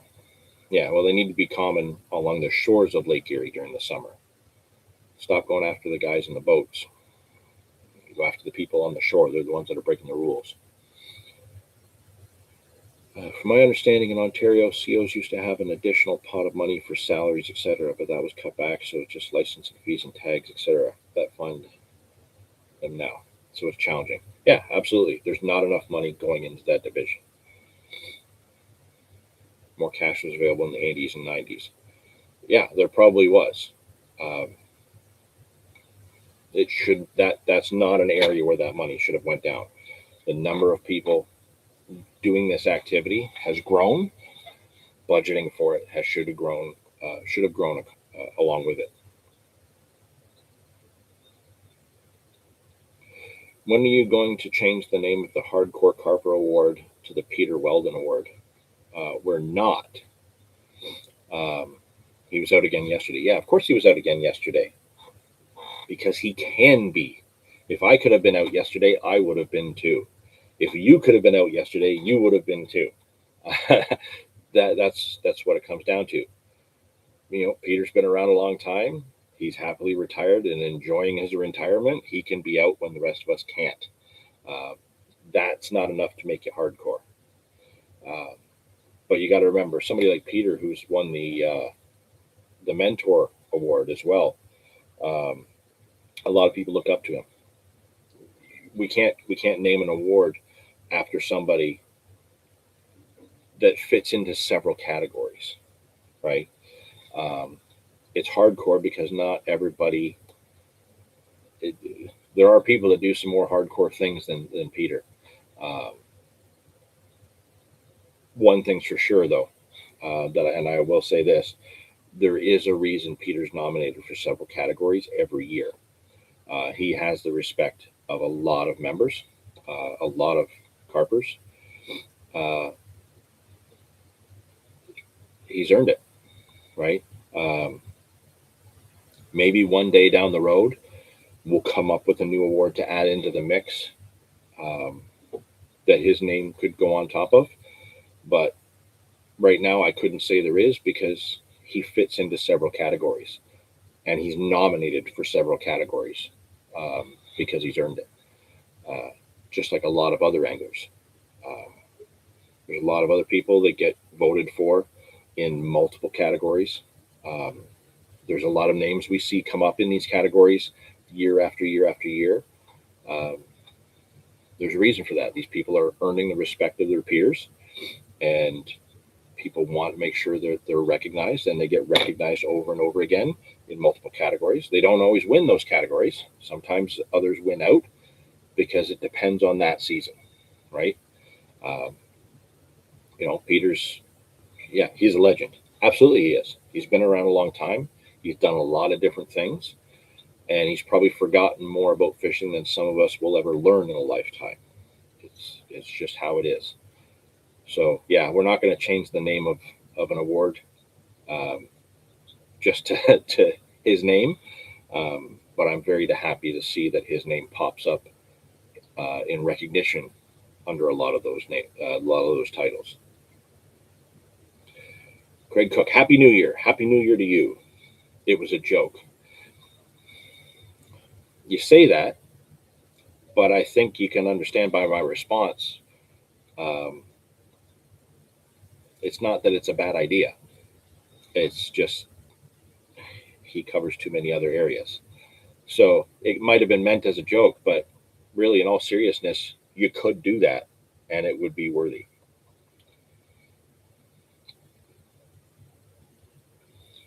Uh, yeah, but he hasn't won that one a whole bunch of times, right?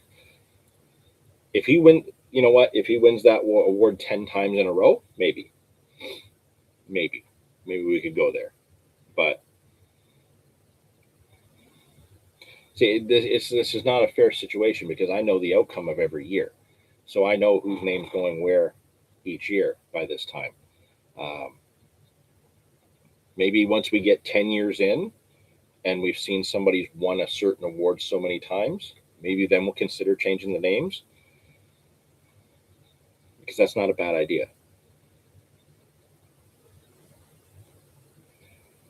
Got to get going. It was a wonderful conversation we all had. Cheers, folks. Good to see you. Thanks for chiming in, and thanks for keeping the conversation going. Um, yeah, I don't typically like going into the whole political arena, but that was a nice discussion. It really was. And this being the first of the year, and like I said before, one that I didn't really lay out a plan for. I didn't map out a discussion. I didn't have any specific topics to stay on. Um, it opened it up organically, to that discussion. So yeah, that was great. Really, really was. I'm going to pose a question to you, Toronto James. Um, what are you going to do in your fishing in 2026 that will get you posted as much as Peter Weldon in those categories, at the end of this year? Because I can say this for sure. You're somebody who's always improving. You're never really stuck in your ways. You're always trying something new and pushing your boundaries. Um, you are a mentor to others, whether you realize it or not. You are. You can be hardcore at times. We know that. Um, you can catch big fish, so you absolutely could fit into a Beastmaster. You're somebody who advocates for carp fishing, uh, to everybody. So you definitely could also fit into the Angler of the Year. So what are you going to do in your fishing this year to help your fellow members recognize that, you know what, I'm going to put his name on the ballot this year? I'm going to pose that question out to you, and I don't expect an answer right away, because I think you're somebody who's definitely worthy of all those categories, much like many other members. But you're Toronto James. You're the face of Toronto carp fishing. And it's such a cute little face with those little cheeks.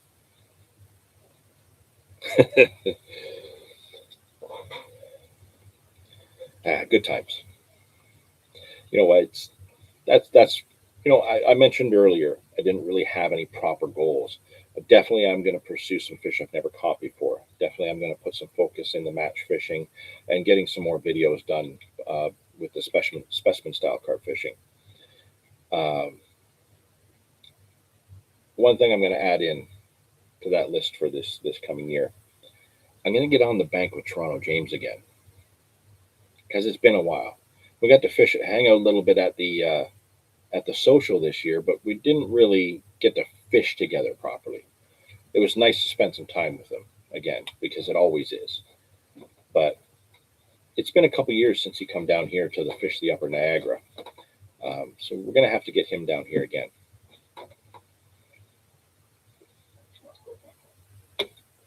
I could stop being such a dick. Yeah, you and me both, buddy. 2026 plan is still a big one from the Toronto Harbor. Well, you're likely going to do it. Honestly, as much as I hate how the wind is chewing up Lake Erie this year and keeping the river all blown out, that's all just good stuff that's going to blow into Lake Ontario and help stir things up. Maybe we'll see some killer insect hatches or something like that that'll help keep those fish big. Um, Hard to say. This year could be a really good year. Um, Honestly, some of the Lake Ontario spots that I would have expected to see an absolute monster come out of this spring didn't produce an absolute monster this spring. But then the last 5 years prior to that, we saw a lot of big fish come out. Um, maybe this year we're going to see those monsters come back. Those high 30s, 38s, 39s, some of those 40s. Maybe we're going to see more of them. We saw a couple of those come out from Lake Erie. Maybe we'll see some more of those come out from your way. That'll.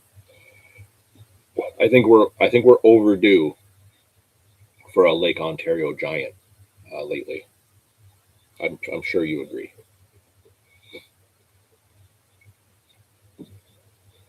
We got here. I'm refreshing pages everywhere. I got so many things going on. New parks opening around Don River mouth. Fingers crossed. Interesting. So the Toronto Harbor part, that's the part specifically where you got the CN Tower in the background for your photos.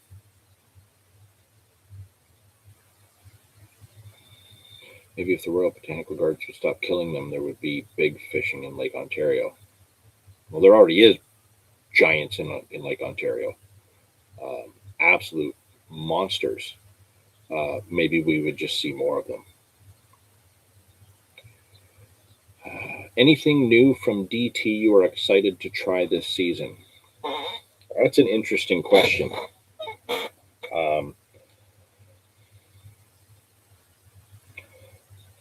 That one's a tricky one because DT's kind of been quiet since it changed ownership.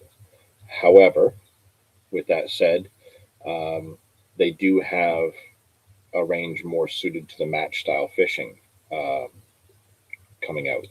Where I guess it's out over there. We're just waiting for it to come over here.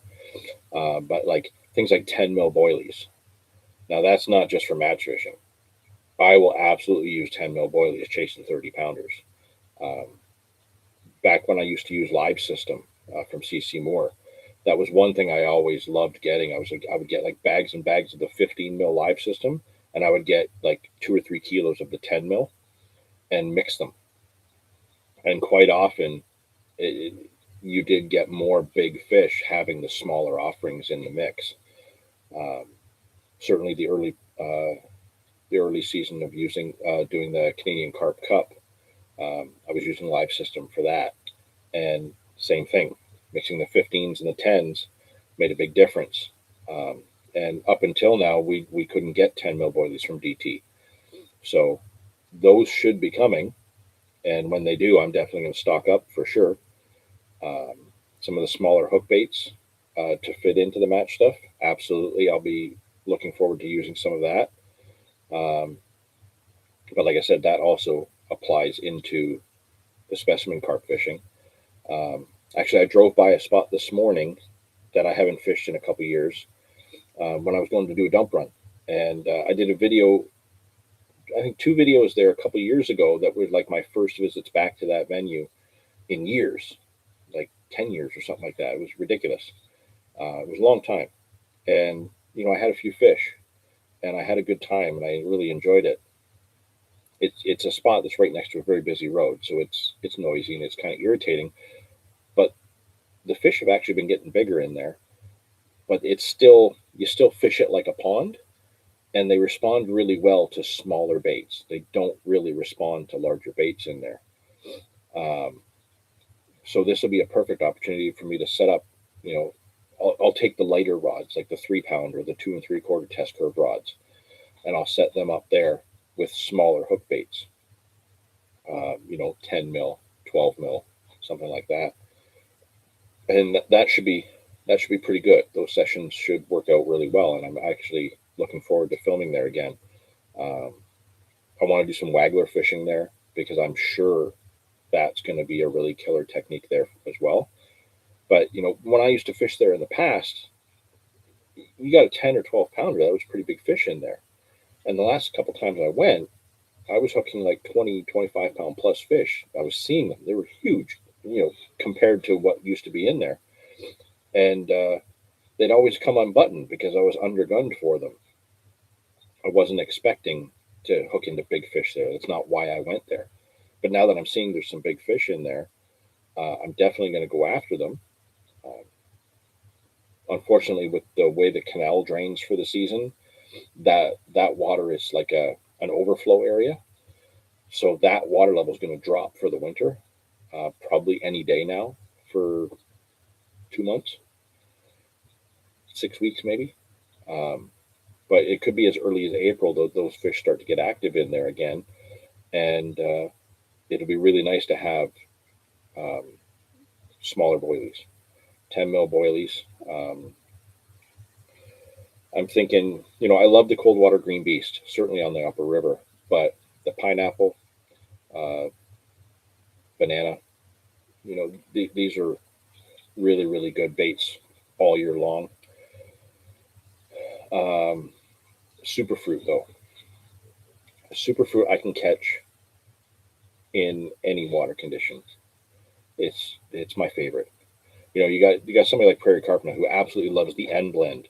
Um, and don't get me wrong, N blend is good. I like N blend, but it's when I compare that to something like Live System, which is also a nut based flavor. Um, if I had to choose between those two, I would probably choose Live System because it's a creamier bait, and N blend is more of a sharper tone or sharper flavor note. And I find that the certainly in our Canadian water, colder water, I personally find that the creamier baits and the fruitier baits do way better.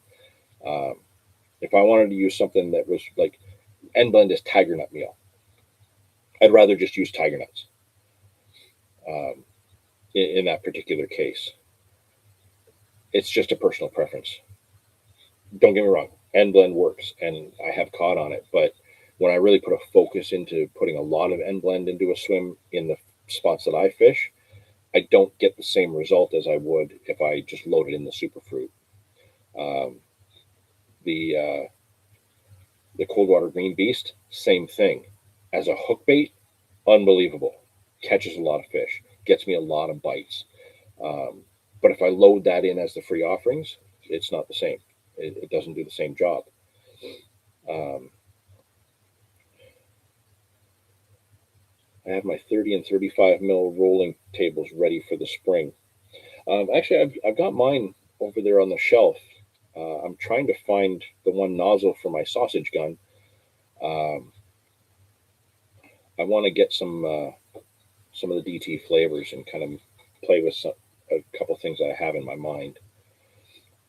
So I might roll up some hook baits to try. Live system has changed recently, much softer now. See, that's appealing. That's very appealing to me because I like softer bait. Um, I don't know. It's hard. It's hard to say anything negative about live system. It's caught me a lot of fish over the years. Um, but when I compare that to something like superfruit's right up there, man. It's so good. It's so good, and I have kilos of it left still. Um, it's actually one of my projects for this afternoon. Is I gotta rip apart the one shelf now that I have the ice hut out of the basement and up in the van because I was ice fishing a week and a half ago. Um, I can actually get at my one big shelf, so I have to go through and sort out all my. I've got like I probably got like 40 kilos of boilies still here right now. I've got tons and tons and tons of hook baits, um, flavors, boosters, all that stuff. I got to get all that organized. So I got to rip that shelf apart and start stacking everything and getting organized. So I'm going to do like a shelf of all of my bait and bait making, then a shelf of um, kind of like loose accessory bits, flashlights and stuff like that. Uh, Another shelf is going to be like all of my like camp stoves, kettles, cookware, stuff like that. Um, just getting more organized so I can get things accessible. I've got too many piles of stuff, and I have so many things I want to do, but I can't get at the spaces that I have designated to do them because I've just piled too much shit on top of it. Um, so I've already been building some shelves and organizing some other ones and getting rod racks up on the ceiling because it's the only space I have left to be able to put things. So I think I've got just over the one fish tank right now. I just put this up a week or two ago. I've got like 12 rods up on the ceiling there. The other side of the wall that's over there, I have another, I think, 14 rods on those racks. And then I've still got more I have to get up off the wall and off the ground.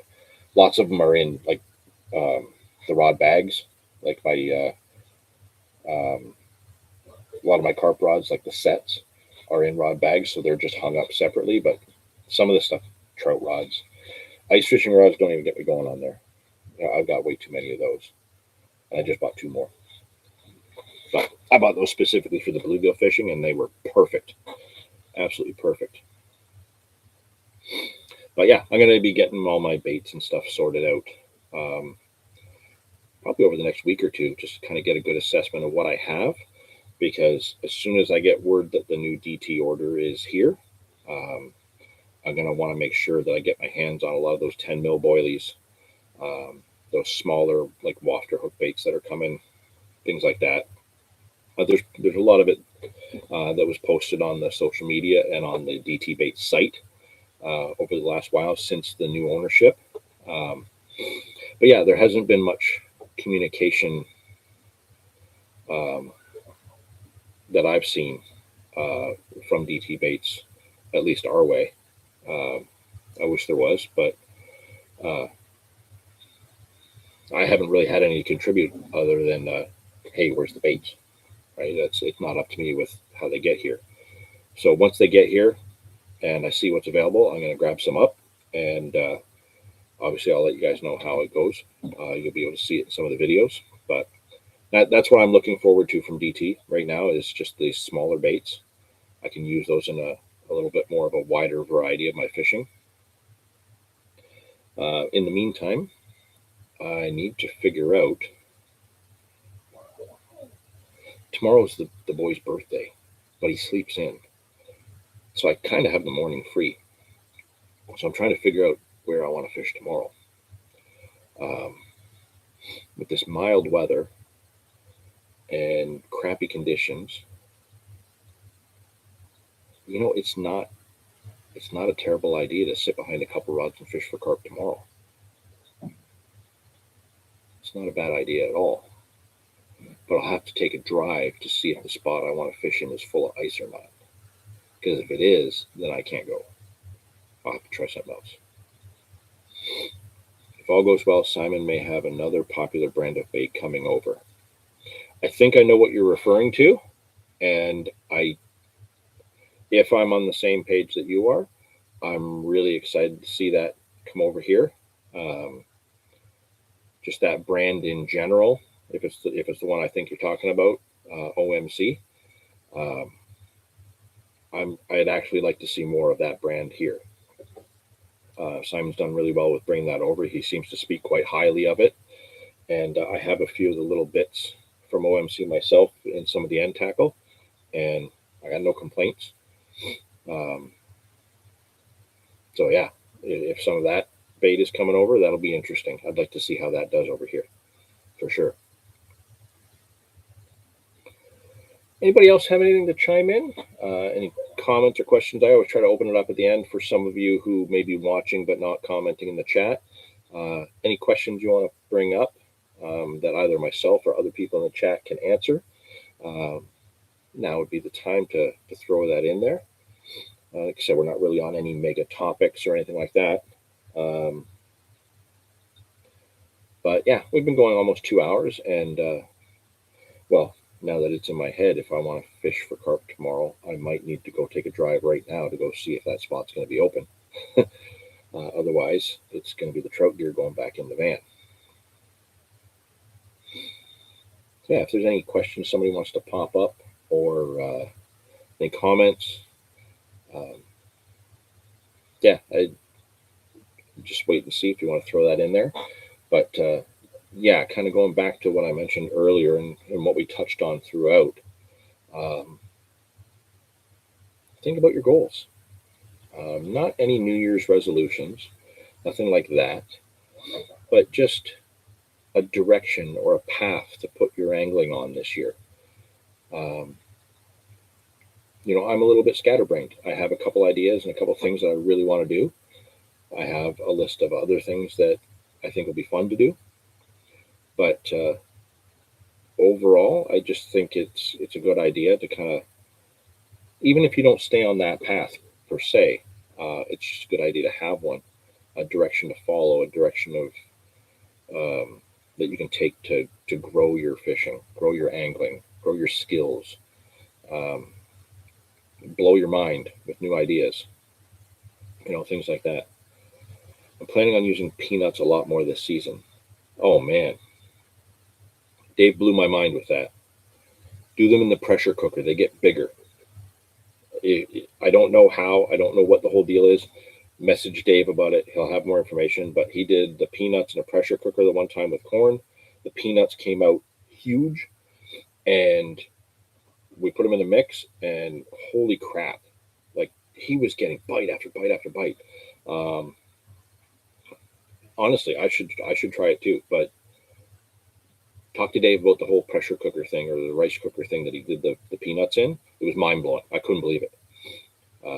Try that. Victor, thanks for your videos, John. Thank you.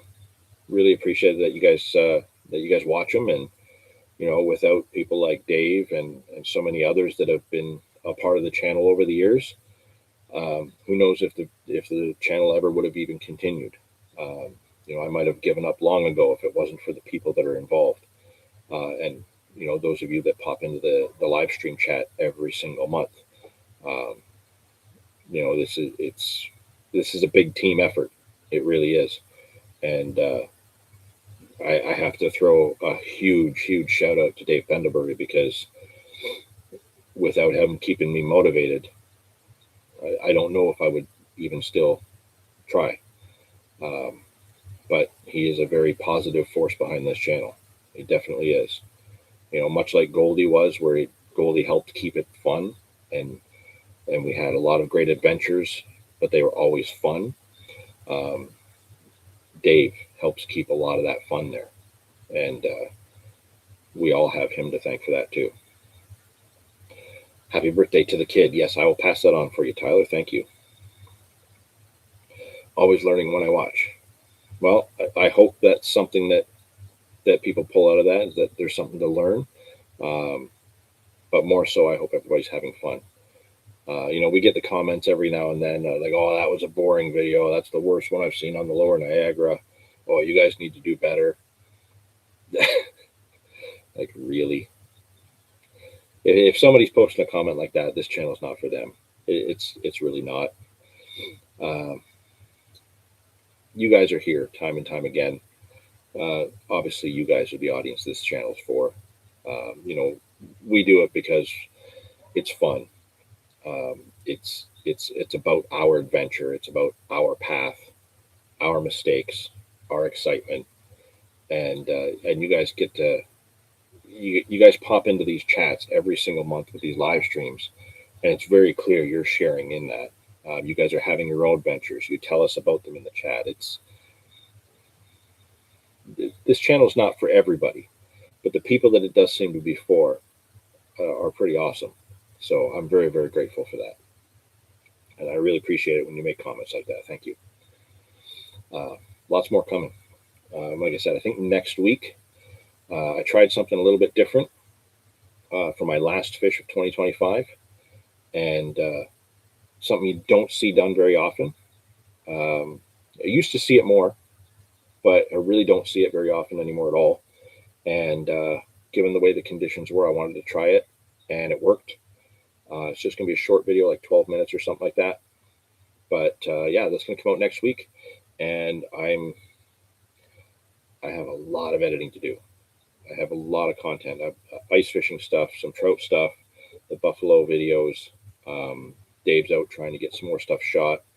I'm always going out to try and get more stuff shot. So we got a lot more coming. Like I said, for the time being, in the foreseeable future, while we've got the content, we're going to be doing a video every week. So that'll keep us going for a little while. And if we do get the ice up the way it's expected, hopefully we'll have even more ice content coming, maybe like some proper session videos and stuff. But for now, the ice content we have coming is just some short clips.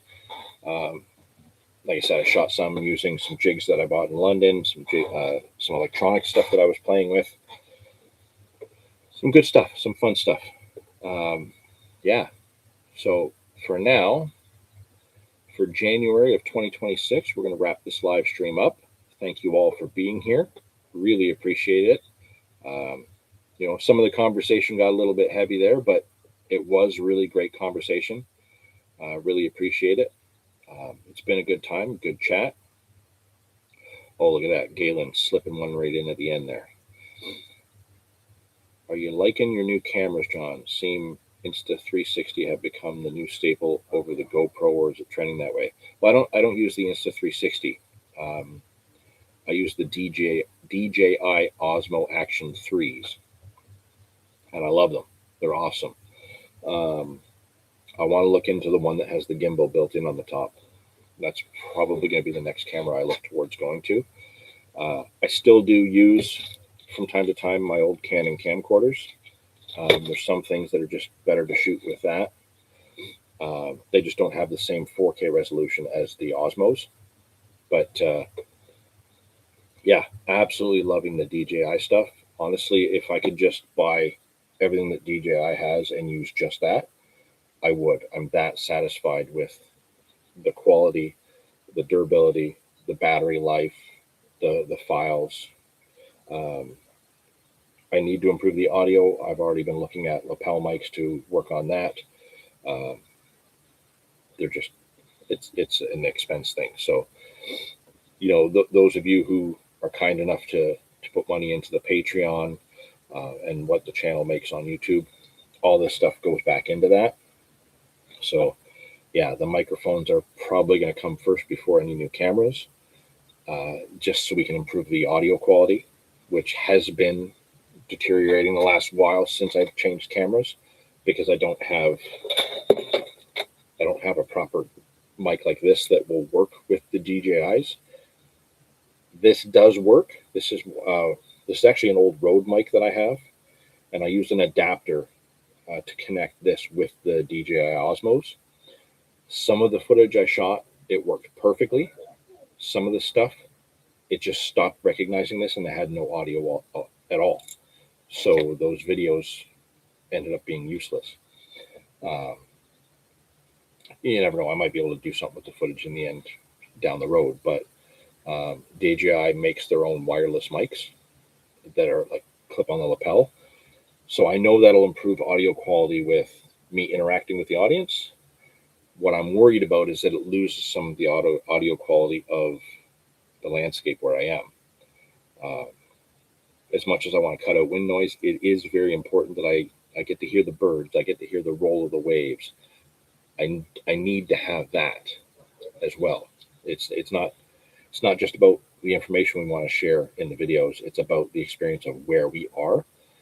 That's just as important. So I have to make sure that if I'm going to get a new mic, it's still going to be able to pick up the stuff I need it to, not just my yipping and swearing and saying inappropriate things.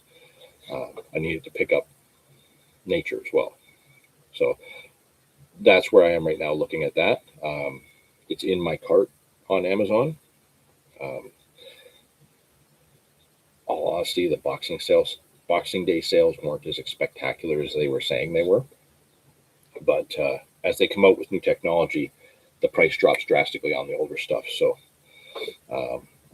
yeah, we're probably going to get some new microphones soon, and then upgrade one more DJI camera just to be able to get some more dynamic shots. And yeah, that's kind of been the plan for this year. Happy New Year to you, Toronto James. Good to see you there. So yeah, bring on 2026. I hope all of you have a spectacular year, and I really appreciate that you guys are here every time. And we'll see you in February. Thanks for joining in, everybody. Really appreciate it.